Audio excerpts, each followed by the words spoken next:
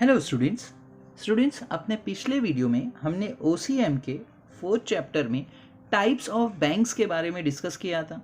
बहुत सारे अलग अलग तरह के बैंक के बारे में जाना था।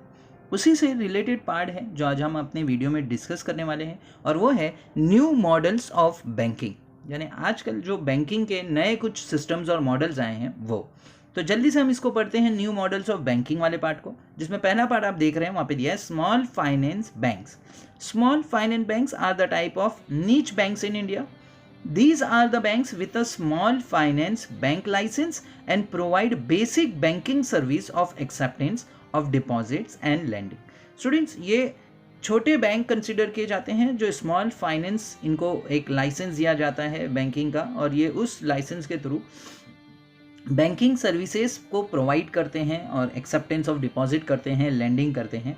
The aim behind this bank is to provide financial inclusions to section of the economy not being served by the other bank, such as small business unit, small and marginal farmer, micro and small industries and unorganized sectors entities। मतलब ये bank के उन लोगों को भी कर्जा और loan दे सकें जिनको शायद कहीं और से लोन और कर्जा इजीली नहीं मिल पाता।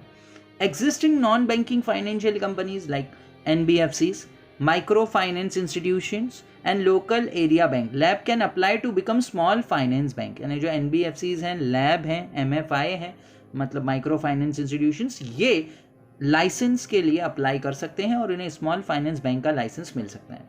This bank can be promoted either bye individuals, corporate, trust और society. They are established as public companies, public limited companies in the private sector under the Companies Act 1956। अगर हम इस Companies Act को समझें, they are governed by the provisions of Reserve Bank of India 1934, Banking Regulation Act 1949। There is a no territorial restriction for this bank। मतलब ये bank के लिए कोई restriction नहीं है टेरिटरी वाइज, ये अपने बिजनेस को अपने स्टेट लेवल और नेशनल लेवल तक भी बढ़ा सकते हैं।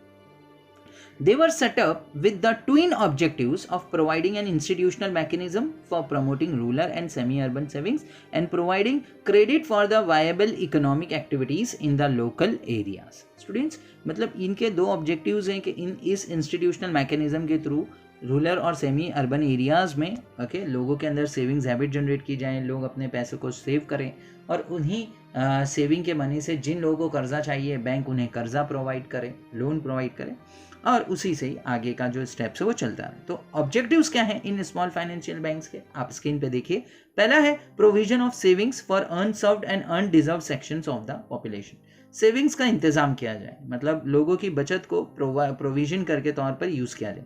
दूसरा, supply of credit to small business units, यानी छोटी जो बिजनेस यूनिट्स हैं, मार्जिनल फार्मर्स हैं, माइक्रो एंड स्मॉल इंडस्ट्रीज हैं, उन लोगों को ईजी वे में कर्जा प्रोवाइड किया जाए।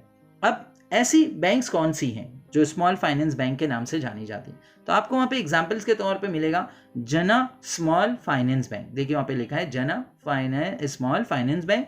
उसी के बाद है AU small finance bank and Equitas small finance bank etcetera. तो ये वो बैंक्स हैं जो स्मॉल लेवल पर फाइनेंस रिलेटेड और बैंकिंग रिलेटेड ट्रांजैक्शन कर रही हैं। पेमेंट बैंक्स, अब स्टूडेंट ये सेकेंड कुछ नए तरह के कॉन्सेप्ट ऑफ बैंक जो आए हैं, payment bank. It is a new model of banking, it is कंसेप्चुअलाइज्ड by the reserve Bank of India. और इसका कॉन्सेप्ट जो है कहीं ना कहीं हमारे देश की सबसे बड़ी bank central bank Reserve Bank of India ने बताया है। The main aim is to offer financial services to small businesses and low income people. इसका कॉन्सेप्ट आरबीआई ने इस तरह से निकाला कि बैंकिंग की सर्विस स्मॉल लेवल तक भी, यानी स्मॉल बिजनेस ऑर्गेनाइजेशन और जो लोग कम इनकम पाने वाले उन तक भी बैंकिंग सर्विसेज पहुंचाई जा सके इजी वे में। It is like and any other banks as it can carry out most of the banking functions such as remittance services, mobile banking, ATM cards, net banking etc। मतलब ये जो system of banking है जो हमारे RBI ने start किया है, इसमें भी आपको बहुत सारी चीज़ें और एक्टिविटीज़ करने को मिल जाएंगी, जैसे mobile banking, ATM, net banking वगैरह इसमें मिल जाएंगे। But it is not allowed to issue loans and credit cards, मतलब ये लोग लोन इशू नहीं कर सकते, यानी कर्जा नहीं दे सकते, और क्रेडिट कार्ड्स इशू नहीं कर सकते। ये लोगों के पैसे एज ए डिपॉजिट एक्सेप्ट कर सकते हैं और ये लोग लोगों को डेबिट कार्ड दे सकते हैं, मोबाइल बैंकिंग की फैसिलिटी दे सकते हैं, ATM कार्ड दे सकते हैं, नेट बैंकिंग ये दे सकते हैं। Similarly it can accept the demand deposit only up to ₹1 lakh, और ये अगर लोगों से डिपॉजिट का पैसा एक्सेप्ट करते हैं तो मैक्सिमम सिर्फ 1 ही लाख तक ले सकते हैं, उससे ज़्यादा नहीं ले सकते। अब Indian post payment bank, Airtel payment bank, आपने नाम सुना होगा स्टूडेंट, एयरटेल पेमेंट बैंक का नाम सुना होगा, पेटीएम पेमेंट बैंक से नाम सुने होंगे। ये वही एग्जांपल्स हैं जिन्हें पेमेंट बैंक का नाम दिया गया है और आजकल लोग अगर चाहें तो इनमें भी अपना अकाउंट ओपन कर सकते हैं। सो स्टूडेंट, ये तो बात हो गई पेमेंट बैंक की।